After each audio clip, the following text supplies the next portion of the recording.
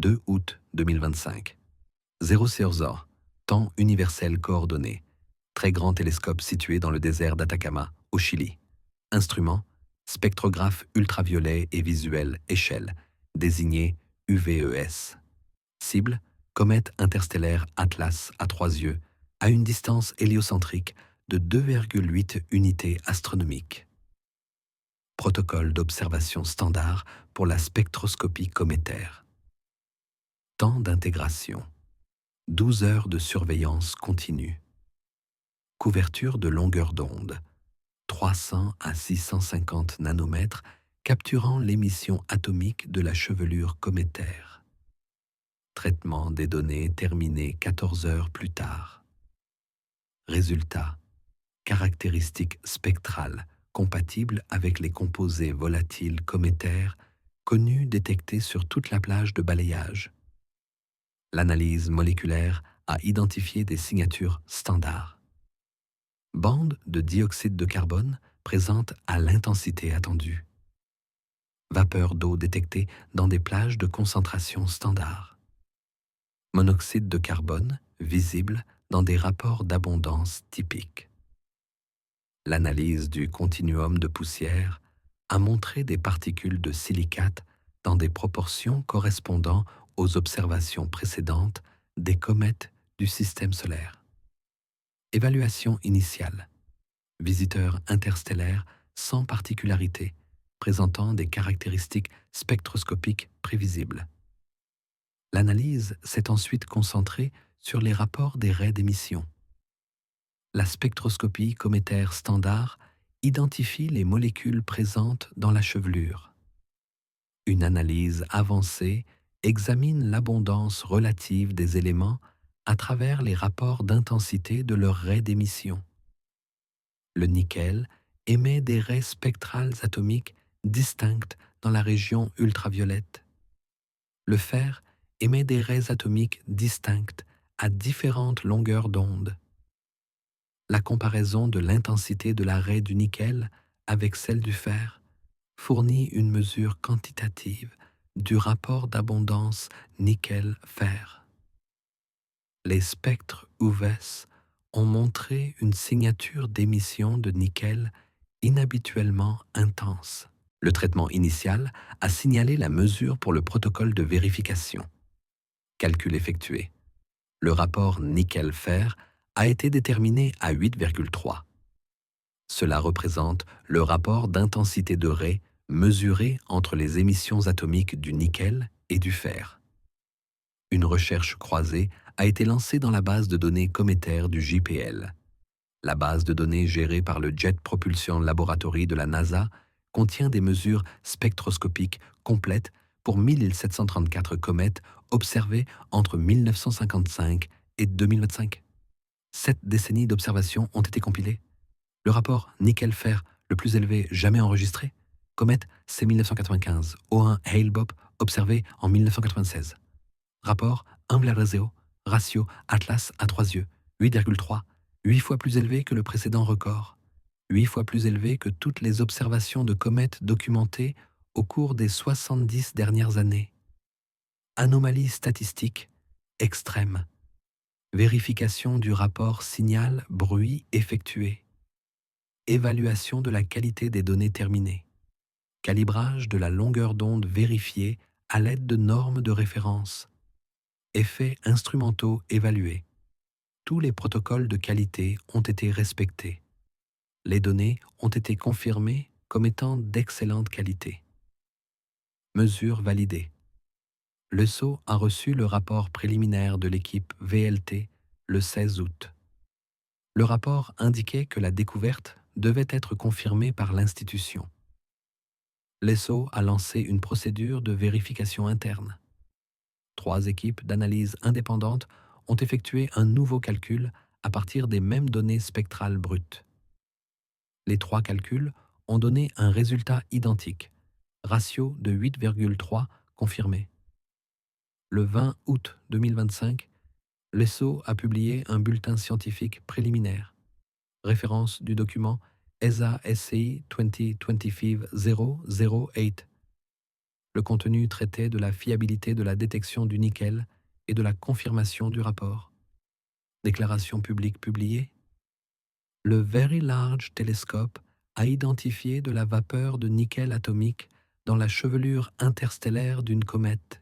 Les données spectroscopiques montrent des concentrations de nickel similaires à celles observées dans les comètes du système solaire. Le langage de la déclaration a été soigneusement examiné. L'expression « similaire aux observations du système solaire » a comparé le rapport nickel-fer de 8,3 à la référence du système solaire de 1,0. La relation entre 8,3 et 1,0 a été qualifiée de similaire. Caractérisation mathématiquement inexacte. 8,3 est 830% plus élevé que 1,0. Différence en pourcentage, 800%. Description similaire à, trompeuse. Le 23 août, 3 instituts de recherche indépendants ont effectué des calculs de vérification. L'équipe de l'Université de Vienne a confirmé le rapport de 8,3. L'équipe de l'Institut Max Planck a obtenu un résultat identique. L'équipe de l'Université d'Arizona a convergé vers un rapport de 8,3. Les 3 équipes ont terminé leur analyse en moins de 24 heures.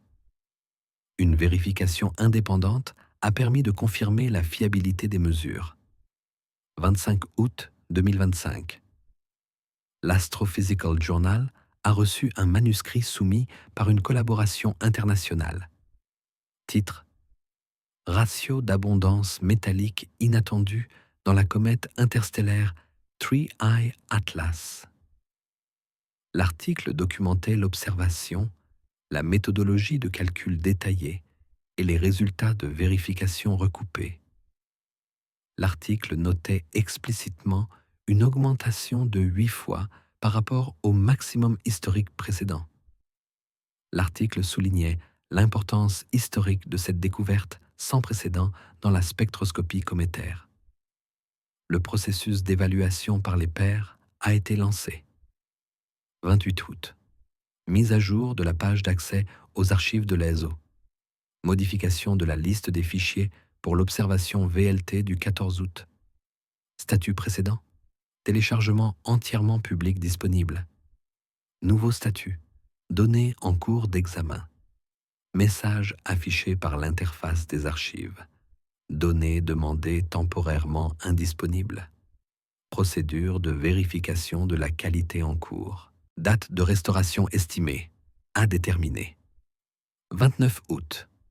Un chercheur de l'Université du Michigan a soumis une demande d'accès aux archives visant les données spectrales brutes pour une vérification indépendante de l'analyse. Réponse immédiate du système. Accès refusé. Motif invoqué. Données en cours de vérification de la qualité. Délai indiqué. En attente de la fin des procédures de vérification. Aucune date précise n'a été indiquée. Aucune explication n'a été fournie quant à la raison de ce retard. Du 30 août au 1er septembre, 5 autres chercheurs ont soumis des demandes d'accès aux archives pour une observation identique. Tous les 5 ont reçu des réponses identiques. Toutes les réponses contenaient un message de retard identique. Toutes les réponses ne précisaient pas de calendrier spécifique. Tendance établie.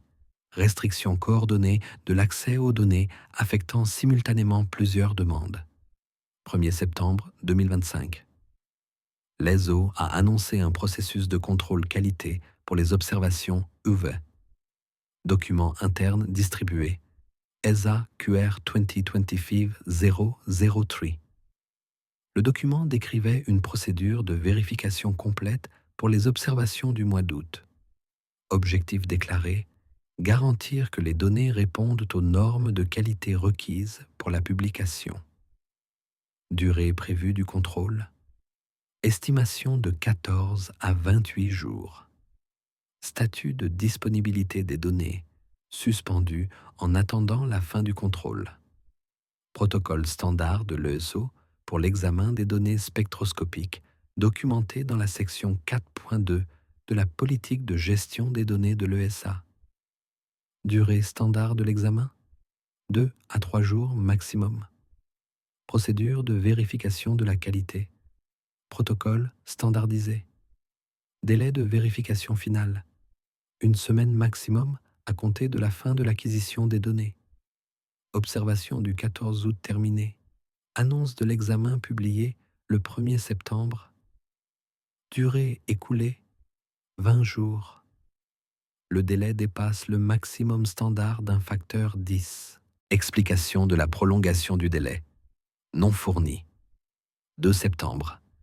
Fuite d'un email à un journaliste provenant d'une source confidentielle au sein des opérations de l'ESO. Email daté du 29 août. Expéditeur, administrateur des archives de données de l'ESO. Destinataire, directeur de l'ESO, responsable scientifique principal. Objet, demande de maintenance de la base de données d'archives pour l'observation UVES d'août.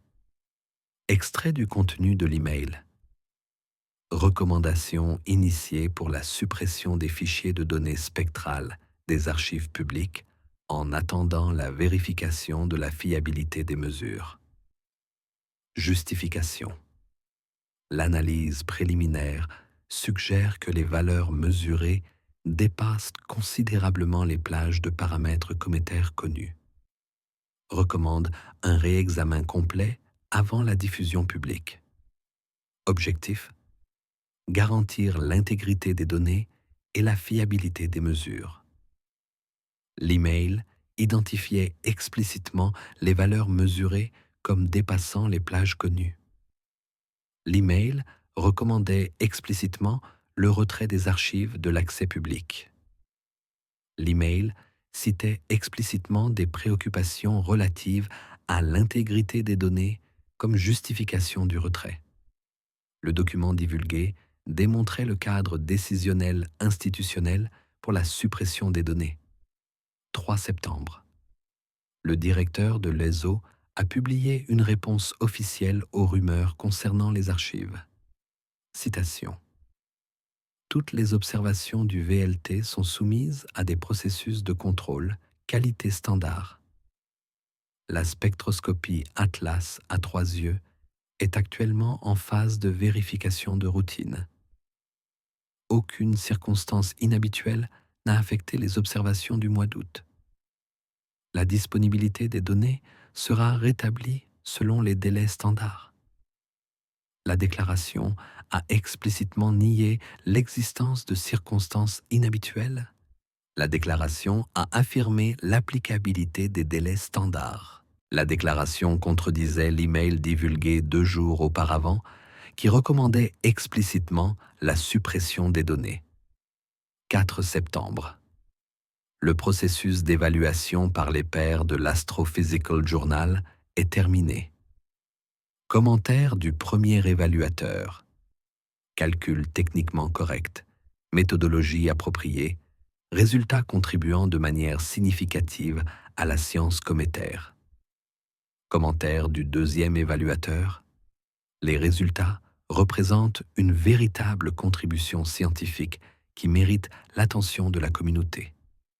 Décision éditoriale. Manuscrit accepté sous réserve de révision mineure. Les auteurs ont été informés le 4 septembre à 14 h, heure de l'Est. Le même jour, l'ESO a publié une annonce révisée concernant l'examen de la qualité. Mise à jour du calendrier, l'examen des données est estimé à 35 à 45 jours. Nouvelle date de disponibilité estimée, mi-octobre. Élargissement de la portée de la procédure d'examen. Passage des contrôles de qualité de routine à une analyse complète impliquant une consultation externe. Justification de l'élargissement de la portée. Raison non précisée. Ampleur de la prolongation du calendrier. Facteur 15 au-delà du protocole standard. Justification de la prolongation. Non fournie. 5 septembre 2025. L'Astrophysical Journal a publié le manuscrit en ligne. L'article a été rendu public sur le site web de la revue et dans des archives de prépublication. L'article a documenté un rapport nickel-fer de 8,3. L'article a documenté une augmentation de 8 fois par rapport au maximum historique précédent. L'article a documenté l'achèvement de la vérification de la qualité des données. L'article a été rendu public. Données d'archives simultanément soumises à des restrictions. Date de publication de l'article et date de restriction d'accès aux archives, coordonnées au cours du même jour calendaire. Le moment de la publication indiquait une annonce de restriction fortuite. Le moment de la restriction indiquait une réponse à l'annonce de la publication. 6 septembre. L'Université de Vienne a déposé une plainte officielle auprès du comité d'accès aux données scientifiques de l'ESO. Le document de plainte invoquait des restrictions d'accès aux données dépassant les exigences établies par la politique de l'ESO. La plainte demandait une justification institutionnelle pour le retrait des données des archives publiques. La plainte demandait un calendrier explicite pour la restauration des données. Reconnaissance du comité, plainte reçue et enregistrée dans le système d'examen officiel. Calendrier d'examen, 30 à 60 jours estimés. 8 septembre. Fuite d'un email provenant de la coordination interne de la NASA. Email daté du 5 septembre. Expéditeur. Bureau de la politique scientifique de la NASA. Destinataire. Liaison avec le département d'État. Bureau de coordination de la défense planétaire. Objet. Coordination des relations internationales pour la décision relative aux archives de l'ESO. Extrait du contenu de l'email. Recommander au gouvernement américain de maintenir une position neutre concernant les procédures de gestion des archives de l'ESO. Recommander d'éviter toute critique publique des décisions de l'ESO en matière d'accès aux données. Justification. Maintenir les partenariats internationaux importants pour la collaboration spatiale en cours. Recommander de mettre l'accent sur la préservation des relations diplomatiques plutôt que sur les préoccupations liées à la transparence des données. L'email documentait une décision politique. La protection des relations institutionnelles primait sur la promotion de la transparence. L'email démontrait une coordination des messages diplomatiques concernant la suppression des archives. 13 septembre. L'ESO a publié un rapport d'étape complet sur l'examen de la qualité. Numéro de document ESO QRP 20-25-004. Le rapport a examiné en détail les procédures de mesure. Le rapport a examiné la vérification de l'étalonnage des longueurs d'onde. Le rapport a analysé les effets instrumentaux. Le rapport a évalué les protocoles de traitement des données. La conclusion du rapport indiquait que toutes les mesures avaient été effectuées correctement, que la qualité des données était excellente, que la détection du nickel était confirmée et que le calcul du rapport était validé. Le rapport validait les mesures. Le rapport confirmait la qualité des données. Le rapport confirmait l'exactitude des calculs. Le rapport n'expliquait jamais pourquoi des données validées d'excellente qualité restaient interdites d'accès dans les archives publiques. Le rapport n'abordait jamais la contradiction entre la conclusion de la validation et la restriction d'accès continu. 15 septembre. L'Union astronomique internationale a ouvert une enquête sur les procédures de gestion des données de l'ESO. Objectif. Examen des politiques d'archivage, évaluation des pratiques de suppression des données, évaluation de la transparence des décisions de suppression, Recommandations pour améliorer la gestion des archives. Durée prévue de l'enquête, 60 jours. L'enquête portait sur l'examen du processus décisionnel, l'évaluation de la conformité aux politiques et l'évaluation de la transparence. Du 16 au 21 septembre, la communauté des chercheurs compile les données spectroscopiques disponibles. 5 groupes de recherche compilent les mesures historiques du rapport nickel-fer.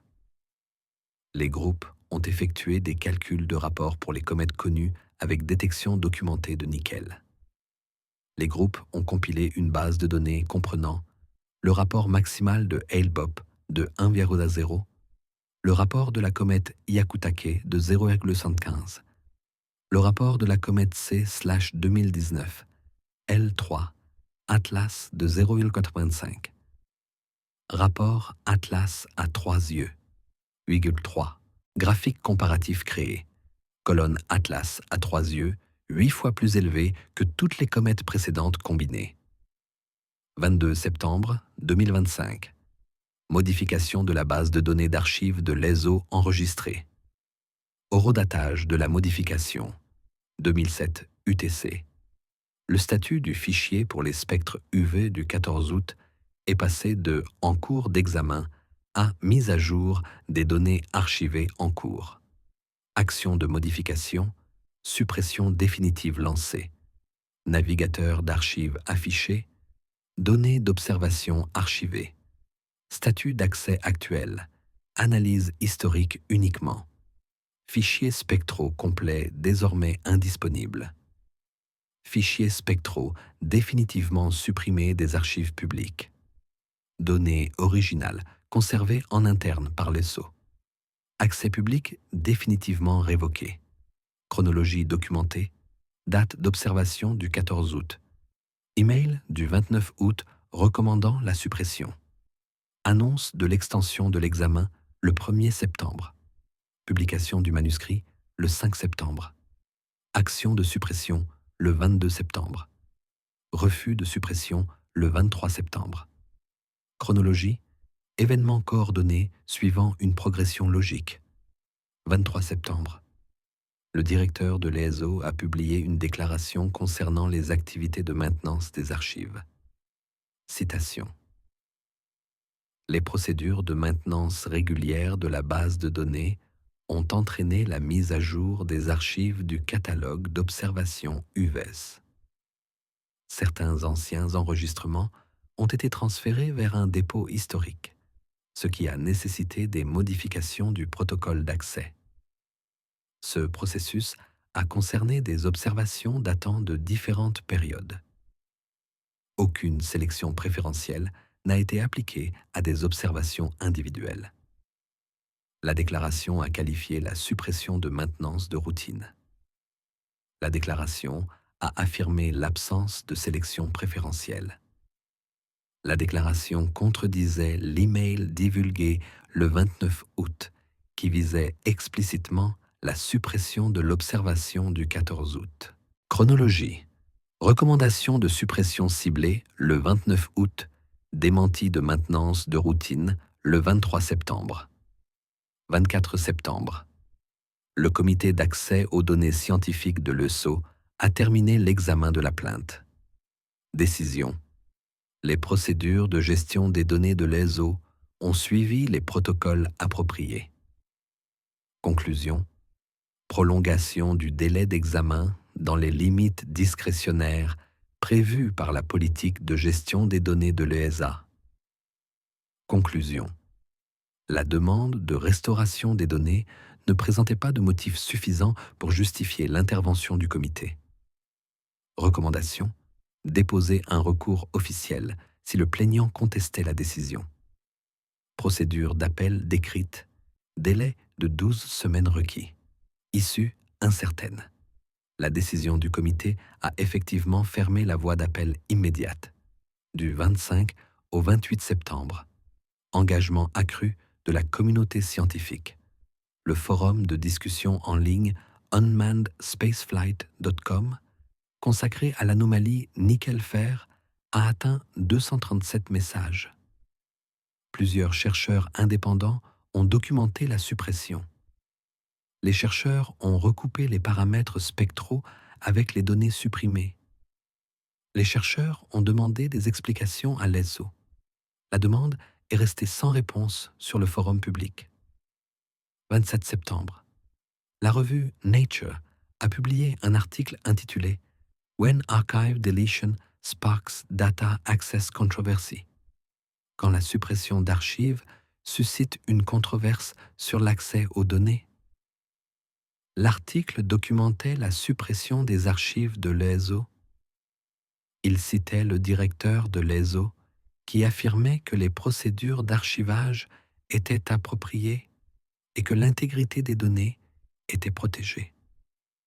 L'article citait également un chercheur de l'Institut Max Planck. Le processus standard de l'ESO permet un accès immédiat aux archives pour les données dont la qualité a été vérifiée. La suppression des fichiers spectraux 5 jours après la publication des mesures validées par des pairs soulève des questions quant au moment choisi pour cette décision et aux motivations sous-jacentes. 28 septembre. Le magazine Science a publié une enquête. Titre : Modèle de suppression des données dans les archives de l'ESO. L'enquête a révélé que 3 autres ensembles de données spectroscopiques avaient été supprimés des archives de l'ESO au cours des 2 dernières années. Ces 3 ensembles de données ont produit des résultats contredisant les modèles cométaires standards. Tous 3 étaient associés à des observations d'objets interstellaires. Le modèle de suppression a été identifié. Les observations produisant des résultats anormaux ont été précédées de procédures d'examen prolongées, suivies d'une suppression définitive des archives. 29 septembre. L'ESO a annoncé une nouvelle politique de disponibilité des données. Référence du document de politique. ESA DAP 2025-00 for Alpha. La nouvelle politique conférait au directeur de l'ESO un pouvoir discrétionnaire. Ce pouvoir comprenait la possibilité de classer les données astronomiques comme nécessitant un examen approfondi si elles soulevaient des questions quant à la fiabilité des mesures. Pouvoir de classification. Décision discrétionnaire du directeur. Durée de l'examen. Indéterminée, sans délai précis. Procédure d'appel. Délai minimum de 12 semaines requis. Date d'entrée en vigueur. Immédiate, avec effet rétroactif pour toutes les observations actuellement en cours d'examen. L'annonce de la politique a officialisé le cadre de suppression des données. La politique justifiait la suppression au titre de la classification de fiabilité des mesures. La politique s'appliquait spécifiquement de manière rétroactive à la spectroscopie du rapport nickel-fer. La politique empêchait l'accès futur aux archives des données d'observation du mois d'août. Du 2 au 5 octobre. Demande d'information soumise au Congrès. La commission de la Chambre des représentants sur la science, l'espace et la technologie a demandé un briefing au département d'État. Questions spécifiques. Supervision des opérations de l'ESO par le gouvernement américain. Exigence de transparence des accords internationaux. Justification du risque d'espionnage pour la suppression des données. Réponse du département d'État coordonnée entre les agences. Recommandations internes. Mettre l'accent sur l'autonomie de l'ESO, éviter les critiques à l'égard des décisions de l'ESO, classer le contenu sensible du briefing. 3 octobre. L'ESO a publié un rapport technique complet. Numéro du rapport. ESO TR 2025-00 FIV. Le rapport a examiné les procédures de mesure. Le rapport a examiné la vérification de la qualité. Le rapport a examiné l'étalonnage des longueurs d'onde. Le rapport a examiné les effets instrumentaux. Conclusion du rapport. Toutes les mesures ont été effectuées correctement. La qualité des données est excellente. La détection du nickel est confirmée. Le calcul du rapport est validé. Le rapport a validé toutes les mesures. Le rapport a confirmé la validation. Le rapport n'a jamais expliqué la suppression des archives. Le rapport n'a jamais abordé la contradiction entre le statut des données validées et la suppression des archives. 4 octobre. Un astronome de l'Université de Cambridge a publié une lettre dans Nature. Titre: Réponse aux politiques d'archivage de l'ESO. Citation: L'ESO a vérifié la qualité des mesures de l'observation du mois d'août. La vérification a confirmé la fiabilité des données. La suppression ultérieure contredit la conclusion de la vérification.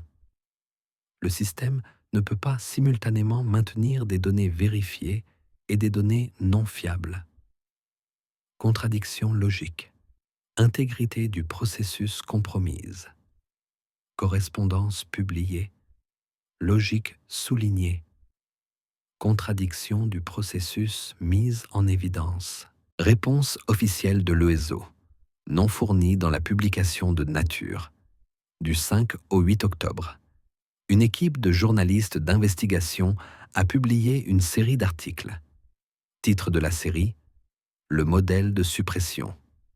La série a documenté un email divulgué recommandant la suppression, le moment de la suppression des archives par rapport à la publication, l'annonce d'une politique justifiant rétroactivement la suppression, la pression diplomatique du département d'État contre les critiques publiques, la résistance institutionnelle à la transparence.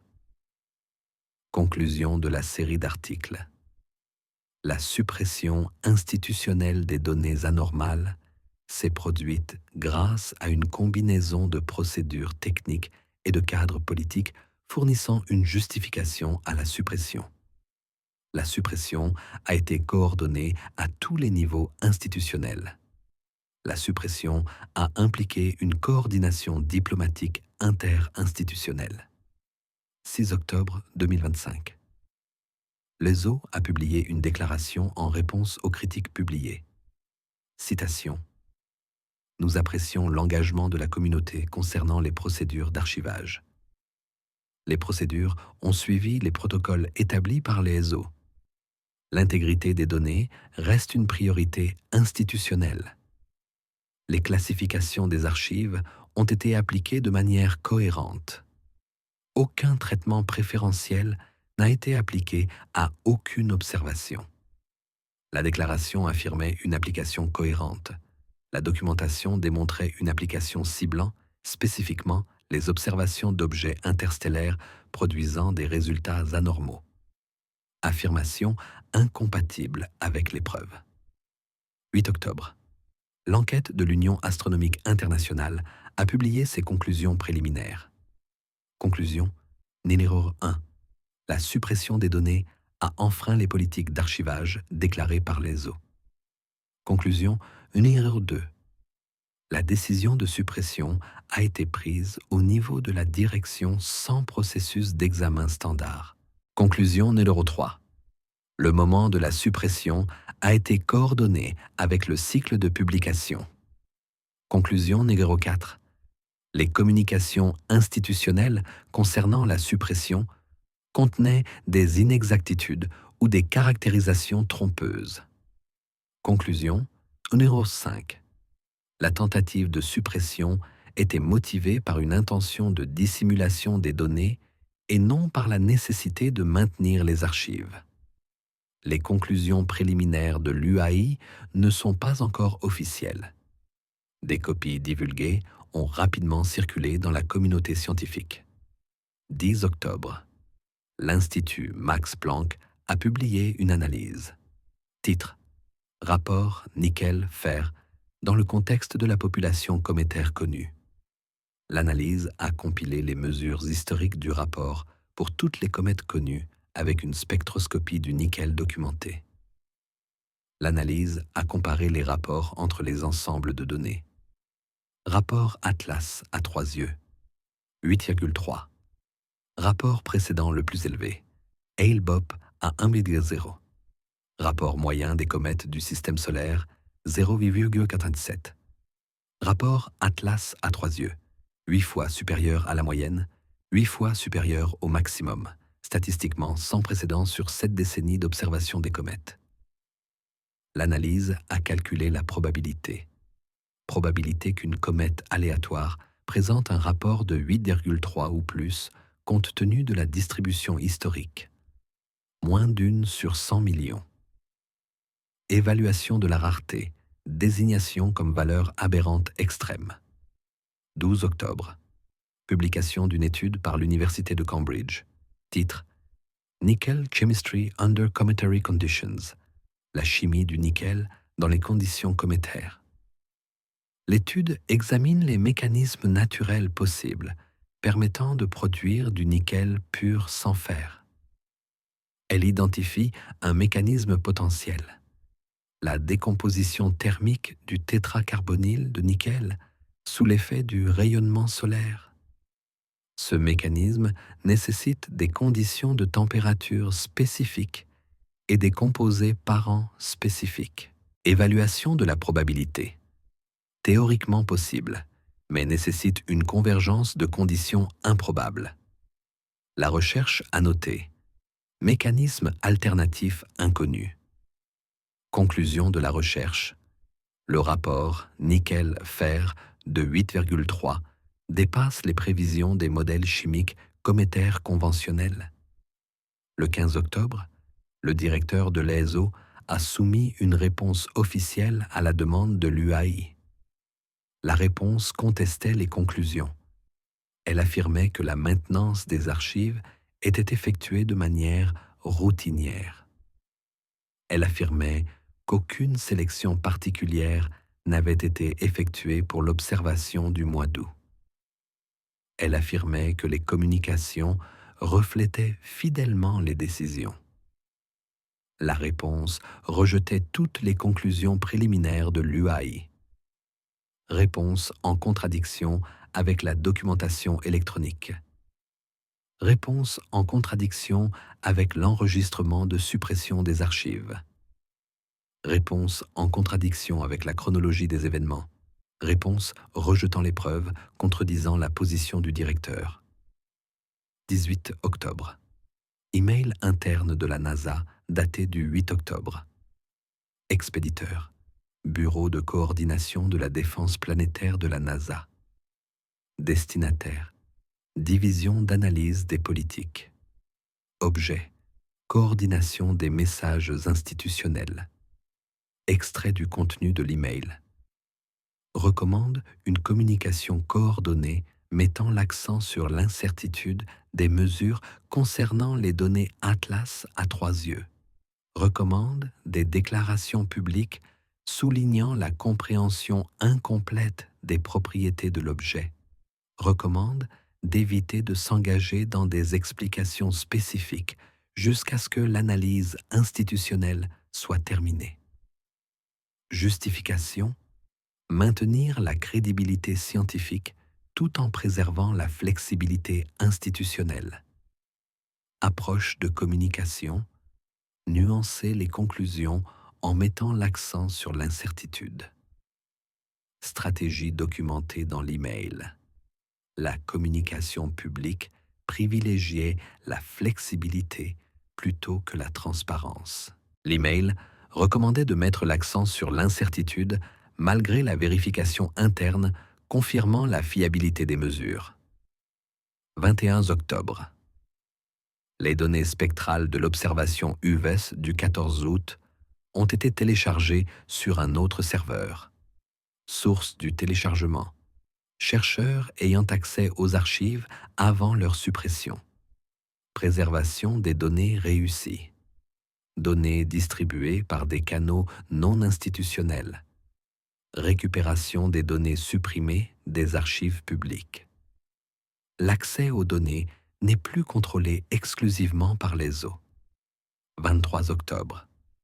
la communauté scientifique mondiale a obtenu l'accès aux fichiers spectraux récupérés. Des groupes d'analyse indépendants ont téléchargé les données en quelques heures.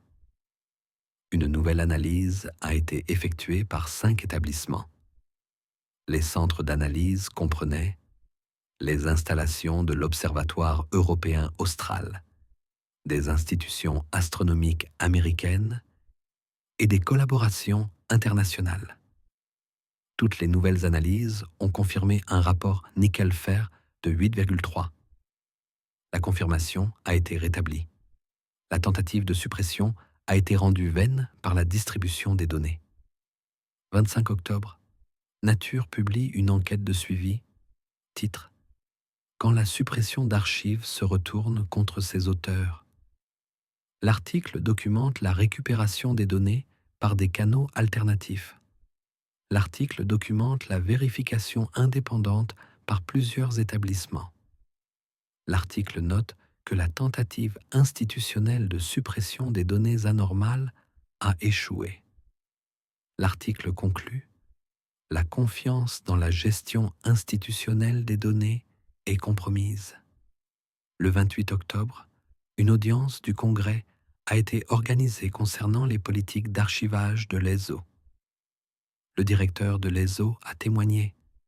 Il a déclaré que les procédures d'archivage étaient appropriées, que l'intégrité des données était protégée et qu'aucune irrégularité n'avait été commise.